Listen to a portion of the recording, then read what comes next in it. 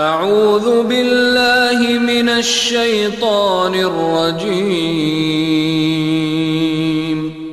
بسم اللہ الرحمن الرحیم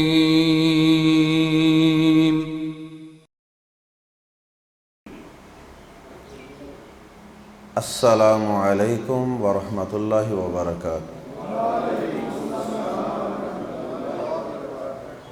سورہ آل عمران آیت نمبر 156۔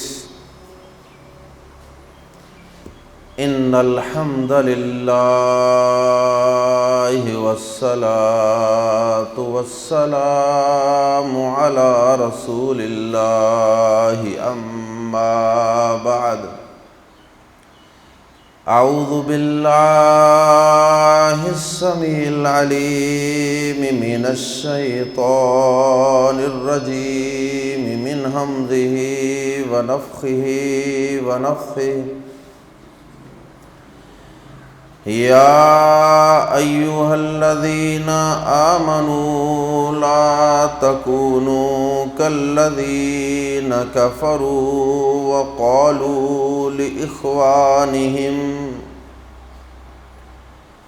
وقالوا لإخوانهم إذا ضربوا في الأرض أو كانوا غزا لو كانوا عندنا ما ماتوا وما قتلوا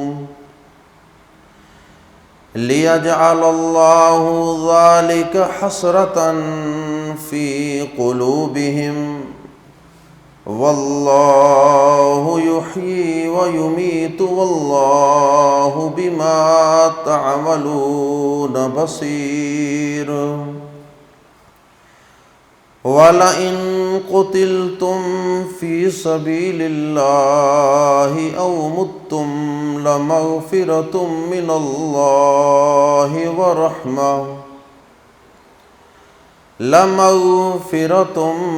اللَّهِ ورحمة خير مما يجمعون۔ ولئن متم أو قتلتم لإلى الله تحشرون۔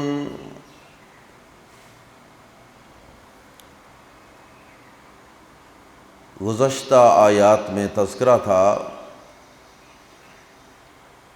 دو گروہوں کا۔ ایک وہ گروہ تھا جو اللہ کے رسول صلی اللہ علیہ وسلم کے ساتھ مشکل ترین حالات کے اندر بھی ڈٹ کے میدان میں کھڑا رہا، اور ایک وہ گروہ تھا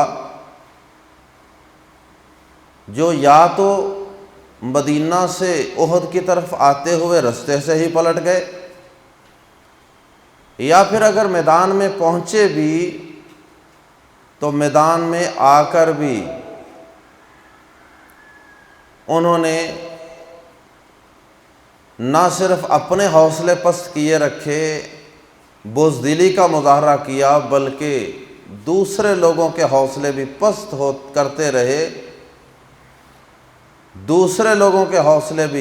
کرتے رہے، ان کا مورال ڈاؤن کرتے رہے،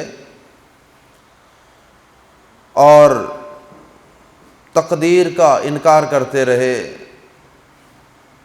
اب یہاں سے اللہ رب العزت نے ایمان والوں کو مخاطب کر کے ایسے لوگوں کے کردار جیسا کردار بنانے سے منع کیا ہے کہ اے ایمان والو، تم ایسے بزدل اور منافق لوگوں جیسا کردار اختیار نہ کرنا، بلکہ اللہ کی تقدیر پر اور اللہ پر ایمان رکھنا کہ زندگی موت اللہ کے ہاتھ میں ہے۔ میدانوں میں جانے سے، گھروں سے باہر نکلنے سے، سفر پہ نکلنے سے موت نہیں آیا کرتی، موت کا تعلق اللہ کے فیصلے سے ہے۔ وہ چاہے تو کسی کو میدانوں میں بھی کئی کئی سال تک زندہ و سلامت رکھے، اور وہ چاہے تو گھر میں بیٹھے ہوئے، گھر میں لیٹے ہوئے اور محفوظ قلعے کے اندر بند شخص کو بھی موت سے ہمکنار کر دے۔ یہ اللہ رب العزت کے فیصلے ہوا کرتے ہیں۔ اس وجہ سے میدانوں سے اور اللہ کے دین کی سربلندی کے لیے کوشش کرنے سے اور پسینہ اور خون بہانے سے انسان اپنے آپ کو روکے رکھے تو یہ کوئی عقل مندی نہیں ہے، یہ ایک منافقانہ خصلت ہے۔ آئیے قرآن مجید کے الفاظ میں پڑھتے ہیں، یا ایھا الذین آمنو، اے لوگو جو ایمان لائے ہو، لا تکونو، نہ تم ہو جاؤ، لا نہ تکونو تم ہو جاؤ، کالذین، کاف زبر کا، کی طرح، کس کی طرح؟ الذین کفروا، جنہوں نے کفر کیا، نفاق والا کفر۔ یہ منافق تھے تو یہ نفاق والا جنہوں نے کفر کیا، اے ایمان والو ان کافروں کی طرح، ان منافق کافروں کی طرح مت ہو جانا۔ اور قرآن مجید نے جو دیگر اقوام کا اور دیگر گروہوں کا تذکرہ کیا ہے قرآن مجید میں، تو اس کا مقصد بھی یہی ہے تاکہ ایمان والے اپنے کردار کو ان کے کردار سے بچا کر رکھیں۔ تو فرمایا کہ یا ایھا الذین آمنوا، اے لوگو جو ایمان لائے ہو، لا تکونوا، نہ ہو جاؤ، کالذین کفروا، ان لوگوں کی طرح جنہوں نے کفر کیا، یعنی منافق مراد ہیں۔ وقالوا، اور انہوں نے کہا، لی سے، کس سے کہا، کس کو کہا، سے کر لیں ترجمہ لامز لی کا یا کو کر لیں، انہوں نے کہا اخوانہم، اپنے بھائیوں سے، انہوں نے اپنے بھائیوں سے کہا۔ اخوان یہ اخن کی جمع ہے، اخن، اخ بھائی کو کہتے ہیں، اور اخوان بھی اس کی جمع ہے اور اخوہ بھی اس کی جمع ہے۔ انما المؤمنون اخوہ، لاخوانہم، اپنے بھائیوں کے بارے میں کہا، بھائیوں سے کہا نہیں بلکہ یہاں ترجمہ ہوگا، کیونکہ اگلی جو بات ہے وہ ان کے فوت ہونے کے بعد کی بات ہے، اس لیے ان سے کہا نہیں بلکہ ترجمہ کریں گے ان کے بارے میں کہا۔ دوبارہ سنیے، وقالوا، اور انہوں نے کہا، لی کے متعلق، کے بارے میں، اخوانہم، اپنے بھائیوں، اخوان جمع اخ کی، لاخوانہم، اپنے بھائیوں کے بارے میں، اذا، جب، کب کہا، کیا کہا کا ذکر بعد میں آئے گا، اذا، جب، ضربوا، انہوں نے سفر کیا۔ ضرب یضرب کا لفظ چوٹ لگانے کے لیے بھی، مثال بیان کرنے کے لیے بھی، اور زمین پہ سفر کرنے کے لیے بھی، کیونکہ مسافر بھی اپنے قدموں سے مسلسل زمین پہ ضربیں لگاتا ہے۔ اذا ضربوا، جب انہوں نے سفر کیا، فی الارض، زمین میں، او، یا، کانو، تھے وہ، غزن، لڑنے والے۔ یہ غازن کی جمع ہے، غازن، غازی ہوتا ہے نا، غازی، تو غازیون، اس کو شارٹ کر کے غازن پڑھتے ہیں، تو اس کی جمع ہے غزن۔ جس طرح راکعن، رکوع کرنے والا، اور اس کی جمع رکعن، اس کی جمع ہے رکعن۔ تو رکعن کا مطلب ہے کہ رکوع کرنے والے، جمع ہے یہ راکعن کی، رکعن۔ سجدن، سجدن بھی آتا نا قرآن میں، ساجدن سے سجدن، راکعن سے رکعن۔ تو غزن جمع ہے غازن کی، غازی، لڑائی کرنے والا، تو غزن، لڑائی کرنے والے، او، یا، کانو، تھے وہ، غزن، لڑنے والے۔ دو چیزیں بیان کی ہیں، ایک تو یہ ہے کہ ان منافقوں کافروں نے اپنے بھائیوں کے بارے میں کہا جب انہوں نے زمین میں سفر کیا یا وہ لڑنے والے تھے. یعنی دو صورتیں ہیں، ایک تو یہ ہے کہ جہاد فی سبیل اللہ کے لیے آدمی نکلے، اور ایک یہ ہے کہ اللہ کے دین کی سربلندی کے لیے کوئی اور سفر بھی ہو سکتا ہے، دعوت و تبلیغ کا سفر بھی ہو سکتا ہے، اور اسی طرح ہجرت کا سفر بھی ہو سکتا ہے. تو کوئی بھی سفر اللہ کے دین کی سربلندی کے لیے، یا پھر وہ لڑنے والے تھے. تو ایسی حالت میں انہوں نے اپنے بھائیوں کے متعلق کیا کہا؟ لو، بزدلی کا جملہ، بزدلی پیدا کرنے والا جملہ. لو، اگر، کانو، ہوتے وہ ہوتے، ان دا پاس نہ ہمارے، لو کانو عندنا، اگر ہوتے وہ ہمارے پاس، ما نا ماتو، وہ مرتے. ماتو، پہلا ما نہیں اور دوسرا ما جو ہے وہ ماتو کا حصہ ہے. ماتو، وہ نہ مرتے. وما قتلوا، اور نہ ہی وہ شہید کیے جاتے، قتل کیے جاتے.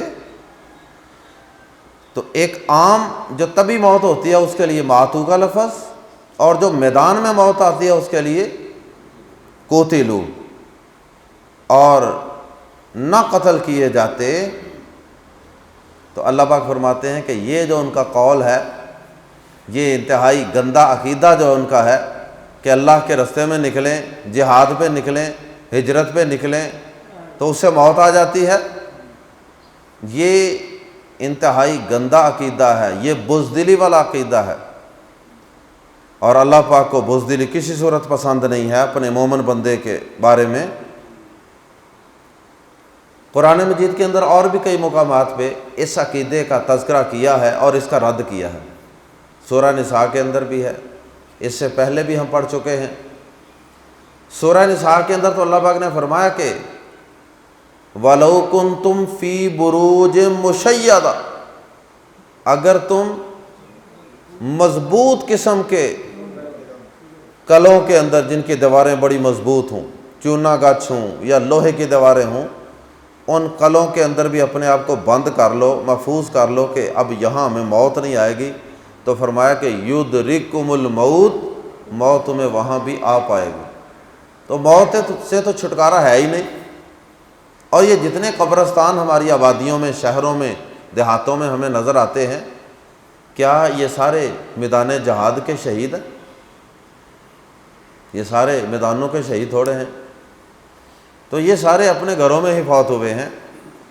ایک بس کا ایکسیڈنٹ ہوتا ہے، ایک ٹرین کا حادثہ ہو جاتا ہے، جہاز کا حادثہ ہو جاتا ہے، کتنے 100 لوگ یکدم موت کی آغوش میں چلے جاتے ہیں. اور یہاں کرونا کی وجہ سے ہاسپٹل بڑے بھرے ہوئے ہیں. آپ دیکھیں جا، کوئی ہیپاٹائٹس کی وجہ سے مر رہا ہے، کوئی کینسر کی وجہ سے مر رہا ہے، کوئی حادثے کی وجہ سے مر رہا ہے، اور کوئی ویسے طبی موت مر رہا ہے. تو یہ موت تو انسان کو آنی ہی آنی ہے. اس کا میدان جہاد سے یا جہاد کے ساتھ یا اللہ کی راہ میں گھر سے نکلنے سے کوئی تعلق نہیں ہے.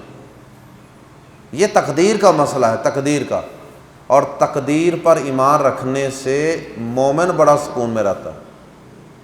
تقدیر میں ایمان رکھنے سے مومن بڑا سکون میں رہتا ہے، کیونکہ وہ کوئی بھی اس کو جب تکلیف پہنچتی ہے، نقصان پہنچتا ہے، کوئی کسی کی شہادت ہوتی ہے، تو وہ صرف اتنا کہہ کے مطمئن ہو جاتا ہے قدر اللہ وما شاء فعل، جو اللہ نے قسمت میں لکھا تھا وہی ہوا ہے. وہ کہتا ہے انا للہ و انا الیہ راجعون. یہ بہت بڑا جملہ ہوتا ہے ایک مومن کے لیے کہ بے شک ہم اللہ ہی کے ہیں، اللہ کی امانت ہے ہر چیز، اور ہم نے اللہ ہی کے پاس جانا. لیکن اس کے برعکس جو منافق ہوتا ہے، جو کافر ہوتا ہے، وہ ان چیزوں کی وجہ سے مزید اذیت کا شکار رہتا ہے، اور اس کی تکلیف جلدی ختم نہیں ہوتی، رفع نہیں ہوتی.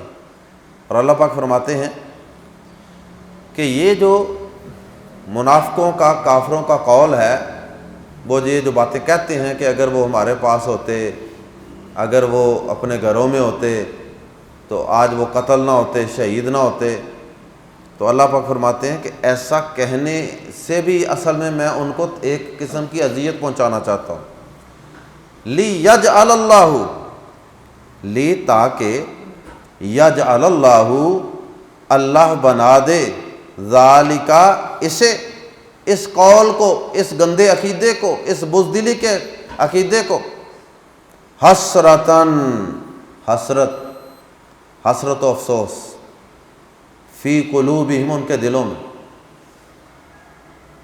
تاکہ اللہ اسے ان کے دلوں میں حسرت بنا دے، بس ان کو حسرت ہی رہے، کاش کہ وہ نہ جاتے، کاش وہ ہمارے پاس ہوتے، کاش وہ میدانوں میں نہ نکلتے، کاش وہ گھر سے باہر نہ نکلتے، سفر پہ نہ جاتے تو ایسے ہو جاتا، ایسے ہو جاتا، یوں نہ کرتے تو یوں ہو جاتا۔ ان ساری چیزوں سے انسان مزید پریشان ہوتا ہے اور حسرت کا شکار ہوتا ہے۔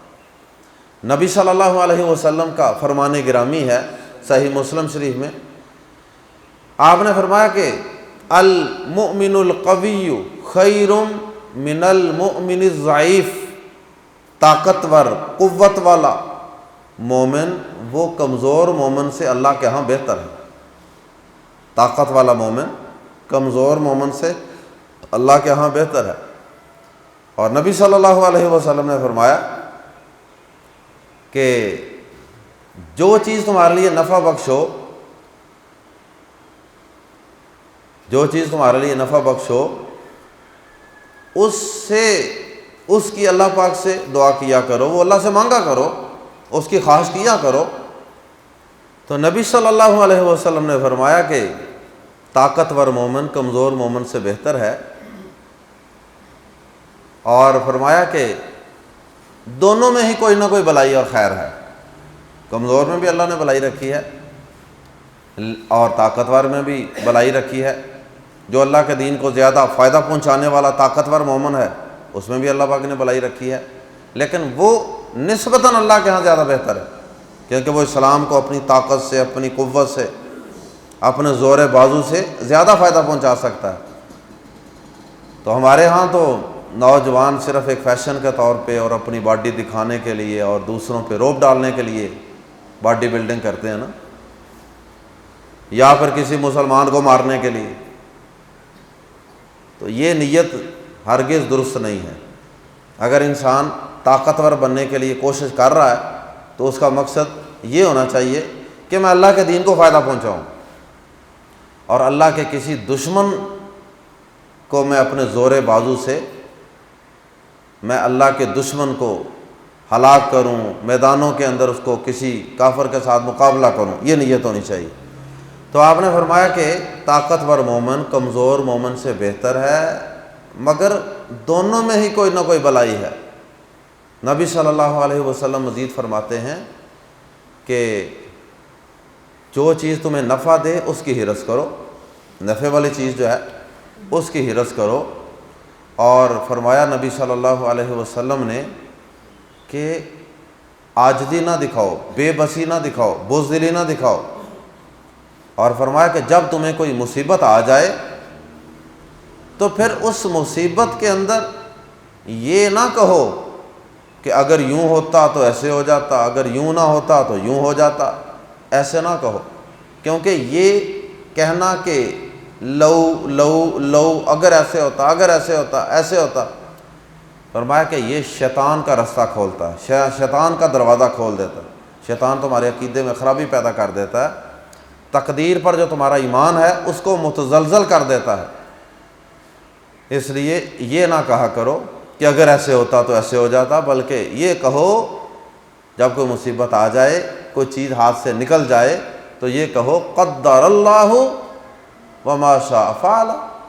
یہ جملہ یاد کریں، قدر اللہ وما شاء فعل۔